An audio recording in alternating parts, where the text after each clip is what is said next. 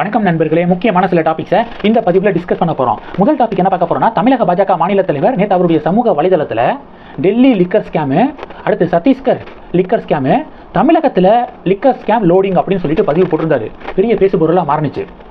டெல்லியில் நடந்த மதுபான ஊழல் காரணமாக ஆட்சி மாற்றம் ஏற்பட்டுச்சு. சத்தீஸ்கரில் நடந்த மதுபான ஊழல் காரணமாக அங்கே ஆட்சி மாற்றம் ஏற்பட்டுச்சு. அடுத்து தமிழகத்திலையும் ஆட்சி மாற்றம் ஏற்பட போகுது. காரணம் இந்த லிக்கர் ஸ்கேமா இருக்க போகுது அப்படின்னு சொல்லிட்டு பாஜக பதிவுகள் போடுறாங்க. இப்போ விகடன் பார்த்தீங்க அப்படின்னா ஒரு அட்டை படத்தை வெளியிட்டிருக்காங்க. அந்த அட்டை படத்தில் பாலாஜியை வளைக்கும் இடி, டாஸ்மாக் இந்த பாட்டில் இருக்கு பார்த்தீங்களா, சரக்கு பாட்டில், அதுக்குள்ள செந்தில் பாலாஜி அவர்கள் இருக்கிற மாதிரி ஒரு புகைப்படத்தை போட்டு 40,000 கோடி எங்கே அப்படின்னு சொல்லிட்டு கேள்வி கேட்டிருக்காங்க.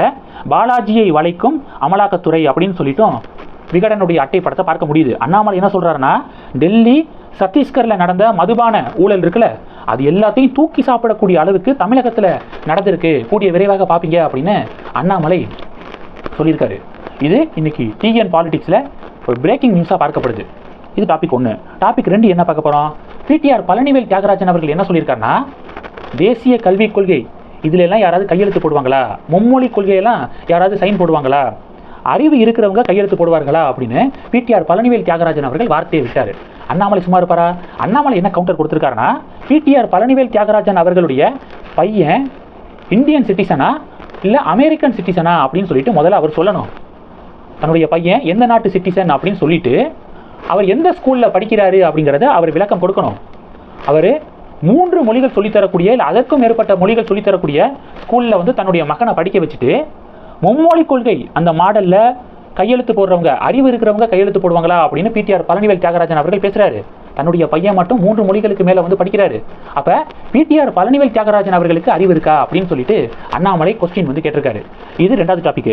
3வது டாபிக் என்ன பார்க்க போகிறோம், முதலமைச்சர் ஸ்டாலின் அவர்கள் தமிழக கல்வி அமைச்சர் அன்பில் மகேஷ் பொய்யாமொழி அவர்கள்லாம் இந்த தேசிய கல்விக் கொள்கையை என்ன சொல்லி அழைக்கிறாங்க தெரியுமா?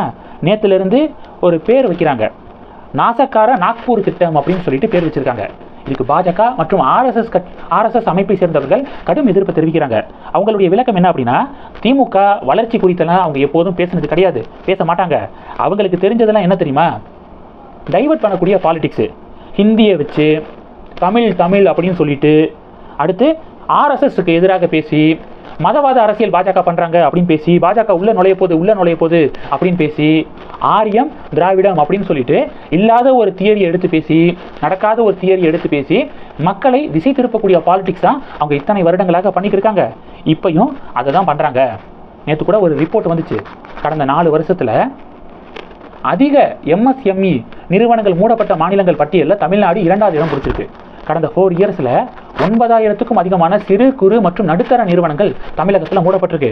அதை பற்றியெல்லாம் பேச மாட்டாங்க.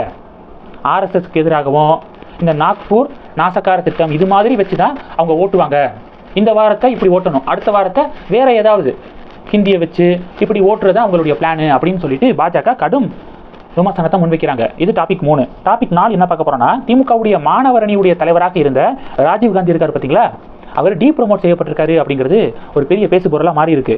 மாணவர் அணியுடைய தலைவராக இருந்த ராஜீவ்காந்தி அவர்கள் இப்போ மாணவர் அணியுடைய செயலாளராக நியமிக்கப்பட்டிருக்காரு அப்படிங்கிறது ஒரு டிபேட்டாக மாறி இருக்கு. இது 4. 5வது, ட்விட்டரில் குரோக் இருக்கு பார்த்தீங்களா, அந்த குரோக்கில் ஈவேரா அவர்களுக்கு சவுத் ஈஸ்ட் ஏசியாவுடைய சாக்ரட்டிஸ் அப்படின்னு சொல்லிட்டு விருது வழங்கப்பட்டுச்சா, யுனெஸ்கோ விருது கொடுத்தாங்களா அப்படின்னு சொல்லிட்டு எக்ஸ் வலைதளத்தில் ட்விட்டரில் குரோக் இருக்குல்ல, அதில் பாஜகவினர் கேள்வி கேட்க, ஆங்கிலத்தில் கேட்டாலும் சரி தமிழில் கேட்டாலும் சரி ஒரே மாதிரி குரோக் வந்து பதில் கொடுக்குது. என்ன கொடுக்குது, அது ஃபால்ஸ் நரேட்டிவ், அப்படி விருது கொடுத்ததற்கான எந்த எவிடன்ஸும் இல்லை. யுனெஸ்கோ தமிழ் மன்றம் விருது கொடுத்ததாக சொல்கிறாங்க. அப்படி எந்த ஒரு விஷயமும் யுனெஸ்கோவில் அங்கமாக இல்லை. யுனெஸ்கோ தமிழ் மன்றம் அப்படிங்கிறதெல்லாம் யுனெஸ்கோவில் இல்லவே இல்லை, ஃபால்ஸ் நரேட்டிவ், அதற்கான எவிடன்ஸ் இல்லை அப்படின்னு குரோக் வந்து ரிப்ளை பண்ணியிருக்கு, ஆன்சர் கொடுத்துருக்கு. அதை பாஜகவினர் ஷேர் பண்ணி இப்போ வந்து கலாய்ச்சிக்கு இருக்காங்க. இந்த டாபிக்ஸ் எல்லாத்தையும் பற்றி உங்களுடைய பார்வைகளை மறக்காம கமெண்ட் பண்ணுங்க. தொடர்ந்து கனெக்ட்ல இருங்க, அடுத்தடுத்து நிறைய பதிவுகளை பார்க்கலாம். நம்ம சேனலுக்கு சப்போர்ட் பண்ணணும் அப்படின்னு ஆசைப்பட்டீங்கன்னா, நான் பேசக்கூடிய வீடியோக்கு கீழே நன்றி அப்படிங்கிற ஆப்ஷன் இருக்கு, அதை கிளிக் பண்ணி உங்களால் முடிந்த தொகையை சேனல் வளர்ச்சிக்காக கொடுத்து உதவி செய்யலாம். இல்லை ஜாயின் பட்டனை கிளிக் பண்ணி நம்ம சேனலுக்கு மெம்பராக வந்து ஆகலாம். நன்றி, ஜெய் ஹிந்த்.